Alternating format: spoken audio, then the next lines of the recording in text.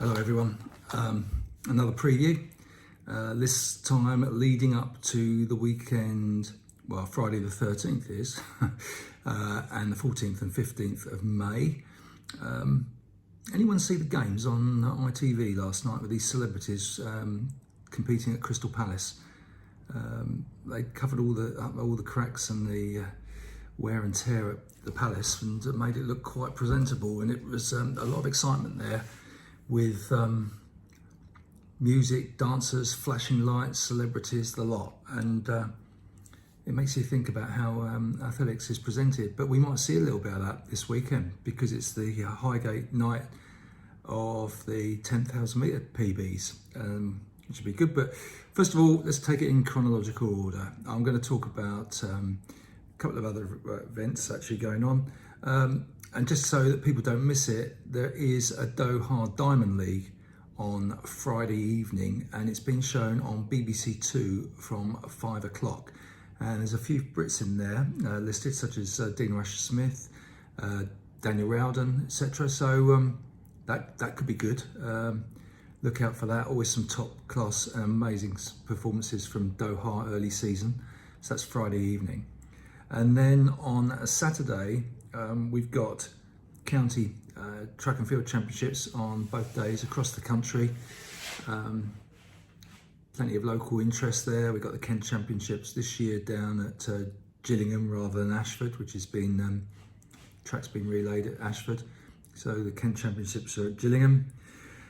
And then at Birmingham, we have the first of the British Miners Club Grand Prix, which has been covered by Vinco Sport, free online live stream on Saturday, late afternoon, early evening. Just go through some of the entries. You can never be sure they're all going to rock up and run, but listed to race 800. And then we've got Oliver Dustin, who's run 143 for 800. Ben Patterson, who's a 145 runner, is best. Thomas Randolph, who's a 144. And Daniel House, who surprised everybody, well perhaps not everybody, but he surprised quite a few with his win at the Bucks Championships last week. And then on the girls' side, the standout is on our local track, because she's at Birmingham University, Izzy Boffey, who's run 2-1, and Abigail Ives, who's run 2-4. In the 1500, should be interesting. We've got Josh Lay, who's run 336, heads the men's field. John Howarth, who's done 339. And Ben Greenwood, who's looked pretty good, I think, last year on occasions. And he's running all those PBs 341.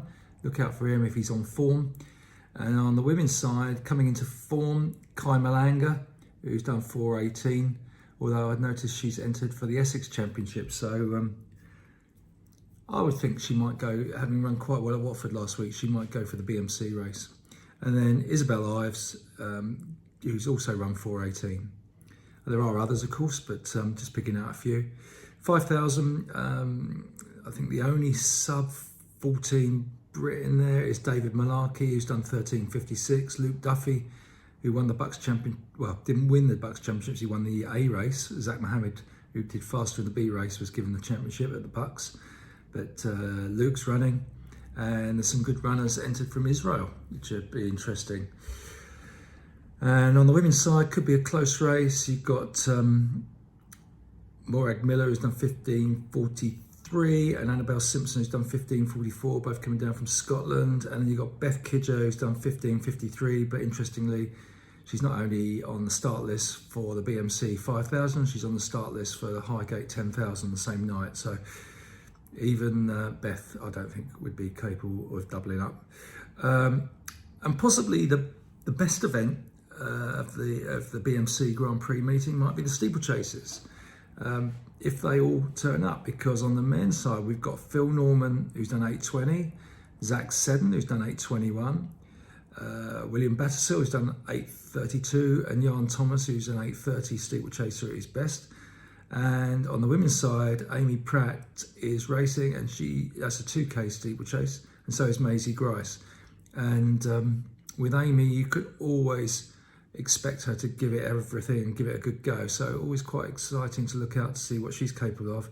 Looks in good form after a decent 5,000 metres relatively recently.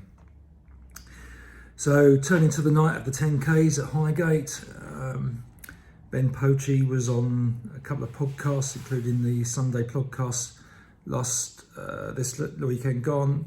Always full of enthusiasm and ideas, and it's going to be even more exciting. One of the new aspects to the night is that the Emsley Car Mile is going to be run, and so is the Millicent Fawcett Mile for women. So two good quality mile races included amongst the 10,000s on Saturday night. It's going to be it should be on the BBC Red Button, though I looked on my TV and I couldn't see it there, but I'm sure it will be on the BBC Red Button. It's advertised as being on the BBC Red Button, so expect it to be there. Conditions could be quite warm. I'm looking at the forecast and it says warm and sunny, 19 degrees up to 7 o'clock, so quite warm, not a lot of wind. Could work out well for a few though. Let's just go, before we go through some of the athletes, just remind people of the fact that it's a trial for the World and European Championships, and the qualifying times are on the men's side for the World's 27:28 and the women's 31:25. And on the Europeans, it's 28:15 and 32:20. And just as an aside, the Commonwealth Games is a bit quicker, 28 minutes and 32:15 are the two qualifying times. Should we start with the women? Yeah, okay. We've got quite a good field actually.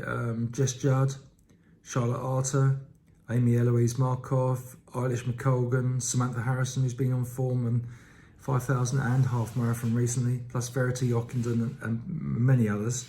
I will make a prediction because it's an important race. It's a trial, so let's go with a prediction on the Brits, and I'm only including the Brits because there's some international athletes involved as well. But Eilish McColgan must be the standout favourite, so I'd go with hers first. Jess Judd's been running really well and almost improving each year now at the longer distances, I feel. So, and good speed in winning the Bucks 1500.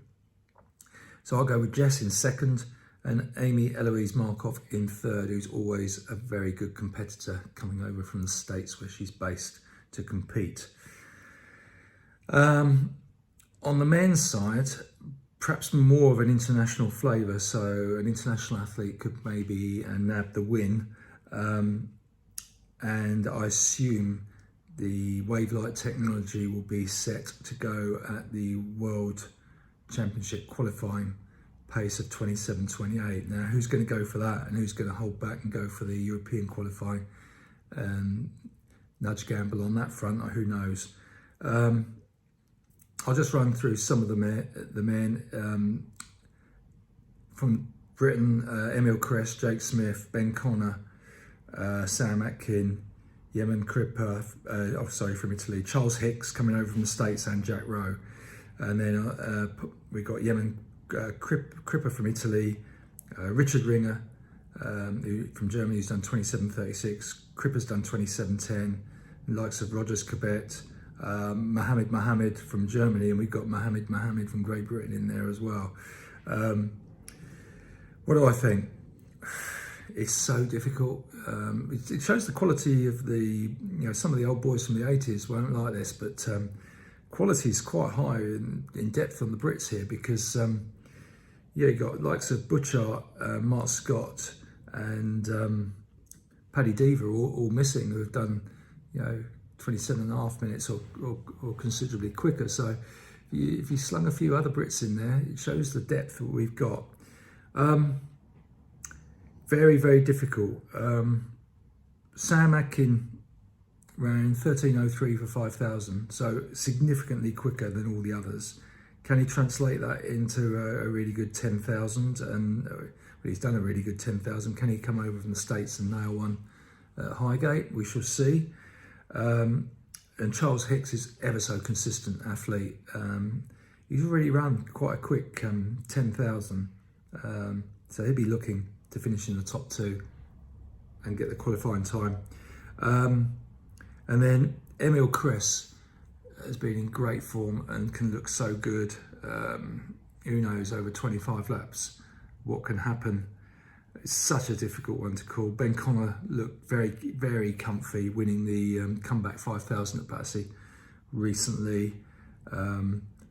Jack Rowe would have to step up a bit at 10,000 metres. He might be looking at more of the European qualifying time and hedging his bets a little. Jake Smith's had a difficult time, having been in Uganda training and then came back and was unwell, so a bit untested just yet, although he won a Cardiff 5k road race recently in 13:59. So difficult. Do you want me to guess? Do you want me to have a stab? I might go Sam Atkin, Charles Hicks, Emil Kress, but don't discount Ben Connor in there. And again, it depends on how the two coming back from the States can adjust. So that's it. BBC Red button for night of the 10Ks. Vinco Sport for the BMC Grand Prix. BBC Two for Friday night Doha Diamond League. That's what I've got for this week. Hope you all have a good few days.